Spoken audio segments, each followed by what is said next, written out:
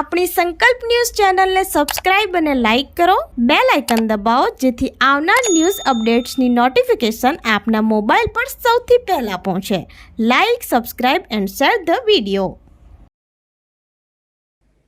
નમસ્કાર દર્શક મિત્રો, હું છું આપની સાથે દક્ષા ખીજી. સંકલ્પ ન્યૂઝમાં આપનું સ્વાગત છે. સમાચારની શરૂઆત કરતા પહેલા એક નજર આજના સિલવાસાના દાદરાની કંપની પાછળ ભગવાનના ફોટો પર લઘુશંકાથી લોકોમાં આક્રોશ. કંપની માલિકને બોલાવી ફરિયાદ કરતા ઉકેલ લાવવાની હિન્દુ સંગઠનના અગ્રણીઓને ખાતરી આપી.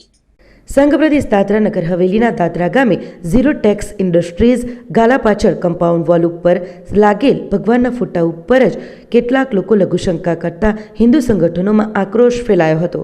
સેલવાસના દાદરા ગામે ચેકપોસ્ટ નજીક ઝીરો ટેક્સ ઇન્ડસ્ટ્રીઝ ગાલાની પાછળ દિવાલ પર લગાવવામાં આવેલા ભગવાનના ફોટા ઉપર જ ખુલ્લેઆમ કર્મચારીઓ લઘુશંકા કરતા સ્થાનિકોએ હિન્દુ સંગઠનના પ્રતિનિધિઓને ટેલિફોનિક જાણ કરતા તેઓ ત્યાં પહોંચી ગયા હતા અને ઇન્ડસ્ટ્રીઝ ગાલાના માલિકને બોલાવી પરિસ્થિતિથી વાકેફ કરતા આક્રોશ ઠાલવ્યો હતો.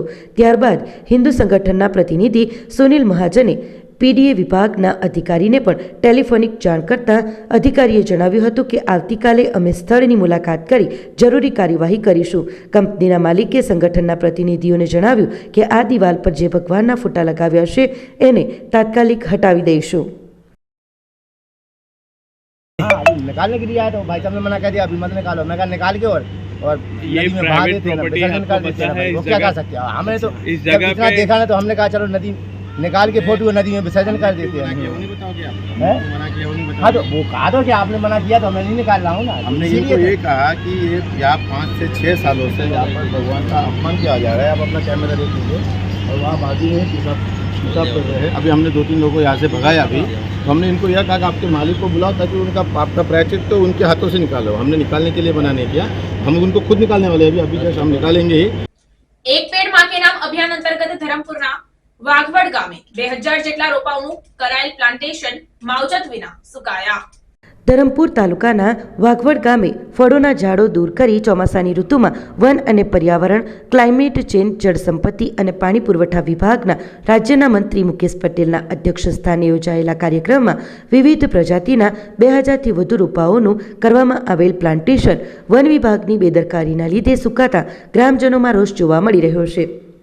ધરમપુર તાલુકાના ઊંડાણવાળા વિસ્તારમાં આવેલા વાઘવડ ગામે 4 માસ અગાઉ ફળોના વૃક્ષો દૂર કરી એક પેડ માં કે નામ અભિયાન હેઠળ વન વિભાગ દ્વારા 2000 વૃક્ષો રોપવામાં આવ્યા હતા. એક પેડ માં કે નામ અભિયાન હેઠળ કાર્યક્રમ રાજ્યના વન અને પર્યાવરણ, ક્લાઇમેટ ચેન્જ, જળસંપત્તિ અને પાણી પુરવઠા વિભાગના મંત્રી મુકેશ પટેલની અધ્યક્ષતામાં યોજાયો હતો. યોજાયેલા કાર્યક્રમમાં મુકેશ પટેલે હાજર વનકર્મી સહિત ગ્રામજનોને સંબોધન કરતા જણાવ્યું હતું કે આપના ઘરમાં દીકરીના જન્મ સમયે જન્મદિવસ નિમિત્તે એક વૃક્ષ તો વાવવું જ જોઈએ. દરેક વિસ્તારના સ્મશાન ગૃહોમાં દરેક મૃતકના નામે એક વૃક્ષ વાવવાથી પેઢીઓ સુધી યાદ રહેશે. વધુમાં વલસાડ જિલ્લાને અભિનંદન પાઠવતા કહ્યું હતું કે આજે અહીં વાઘવડમાં 2000થી વધુ વૃક્ષો વાવવામાં આવ્યા છે અને અહીં આવતા વર્ષે નાનું વન બની ગયું હશે. પરંતુ વન વિભાગના અધિકારી દ્વારા રોપાઓ રોપ્યા બાદ ધ્યાન આપવામાં ન આવતા મોટાભાગના રોપાઓ મૃત કે સુકાયેલી હાલતમાં હાલે જોવા મળી રહ્યા હશે, જેને લઈને ગ્રામજનોમાં રોષ જોવા મળી રહ્યો છે. આ વાઘોડ ગામ છે. મારું નામ ગુલાબભાઈ કાકડભાઈ જાદવ. એ પહેલાં છે ને એ જગ્યા તો પથ્થરવાળી જ હતી, આ સરકારી જમીન જે હશે તે, પણ એમાં એ છે ને મંટોળી તળાવમાંથી લાવીને આખું પાથર્યું. પછી એમાં છે ને 3500 કલમ નાખેલી, પેલી ઇઝરાયેલી કલમ તે, ને પછી નારિયેળીથી 3500 એ સીતાફળ હતી.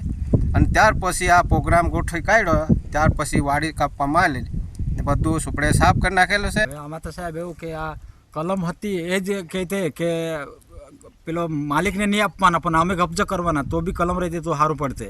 પણ આ કાપી કાઢીને આમાં ઝાડ રોપ્યું તો આ ઝાડનું પણ ઠીકાનું નહીં મળે. સિલવાસામાં જીવદયા પ્રેમી અને ફાયર જવાનોએ કેબલમાં ફસાઈ ગયેલ ઘુવડ પક્ષીને બચાવ્યું. સેલવાસ ખાતે એક હૃદયસ્પર્શી ઘટના બની જ્યાં સ્થાનિક જીવદયા પ્રેમીઓ અને ફાયર બ્રિગેડની ટીમે સંયુક્ત પ્રયાસથી એક ફસાયેલા ઘુવડનું સફળ બચાવ કર્યો હતો. બહુમાળી કોમ્પ્લેક્સ નજીક આવેલી પાણીની ટાંકી પાસે એક ઝાડ અને ઇલેક્ટ્રિક વાયર વચ્ચે ઘુવડ ફસાઈ ગયું હતું. સ્થાનિક શાકભાજી વિક્રેતાઓએ ઘુવડના ફફડવાનો અવાજ સાંભળ્યો અને તાત્કાલિક મદદ માટે પ્રયત્નશીલ બન્યા હતા. તેમણે સાર્પ પકડવાના નિષ્ણાંત એવા જીવદયા પ્રેમી ભગવાનભાઈનો સંપર્ક કર્યો હતો.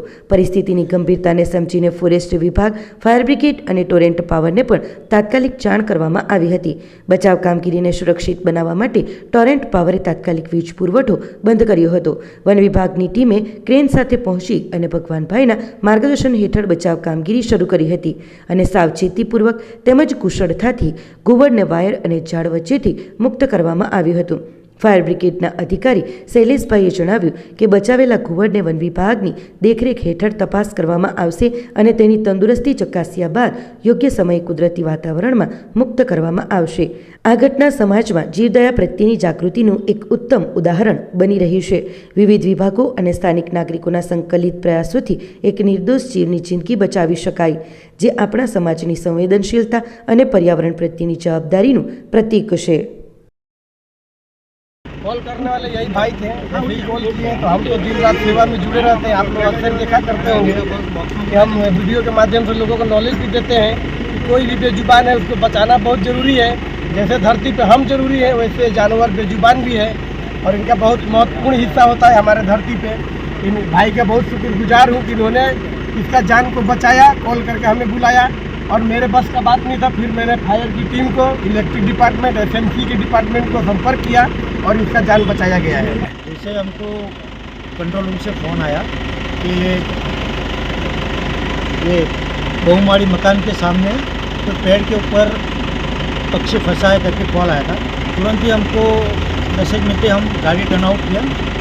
मौके पे आके देखा तो पक्षी इतना हाइट पे था कि हमारा सीढ़ी भी पहुंचना मुश्किल था. तो हमने forest department, electric Torrent department को भी हमने संपर्क किया. फिर इलेक्ट्रिक डिपार्टमेंट की जो और SMC के जो हाइड्रोलिक जो ये था क्रेन था उसी के जरिए और हमारे स्टाफ के जरिए ऊपर जाके और ये हमारे एनिमल्स के रेस्क्यूअर उसने भगवान भाई, उसका भी बहुत सहयोग रहा और उसने जाके जो रेस्क्यू किया वहाँ जाके हमने देखा कि वहाँ जो पक्षी का जो पंख था उसमें धागा फंसा हुआ था. तो ये हमारी टीम और ये भगवान भाई के साथ जो धागे को हमने काटा और ये पक्षी को रेस्क्यू करके नीचे लाया.